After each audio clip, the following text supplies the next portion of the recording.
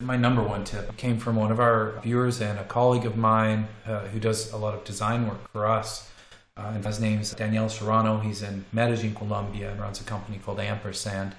What Daniel said to me yesterday, with all of this COVID-19 stuff, quarantines, shelter in place, I thought I would have a lot more time for myself. But in fact, it's been the exact opposite. I have much less time for myself. I'm so busy. And now, like me, his work is already kind of at a computer. It's already very digital. And in his case, most of it is very distributed, as is mine. But what he was talking about was time and management of time. It turns out that if you work 24/7, 365, that's not healthy. So you have to make time to sleep. You have to make time for your family.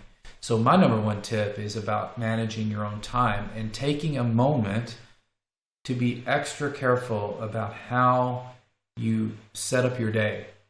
Because if you don't, you'll find yourself getting text messages all hours of the day, because your work by its very nature can now become more global. This is one of the upside potentials of going digital.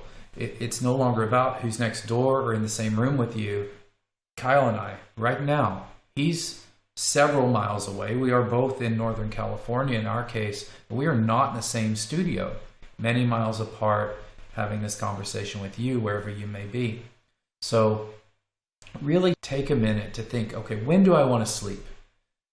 When do I want to be with my family? Do your best to have regular meal times. Just really build that structure in time into your day, because you will find, just like Danielle was expressing to me, and I also have found myself lately in particular having the same issue of it just never ending. Like the workday never ends. It's not like when you used to go to your office. You get there, you sit down at your desk, you do your work for the day. At some point the day ends. Maybe you had a happy hour before. Now your happy hour is at the kitchen table here.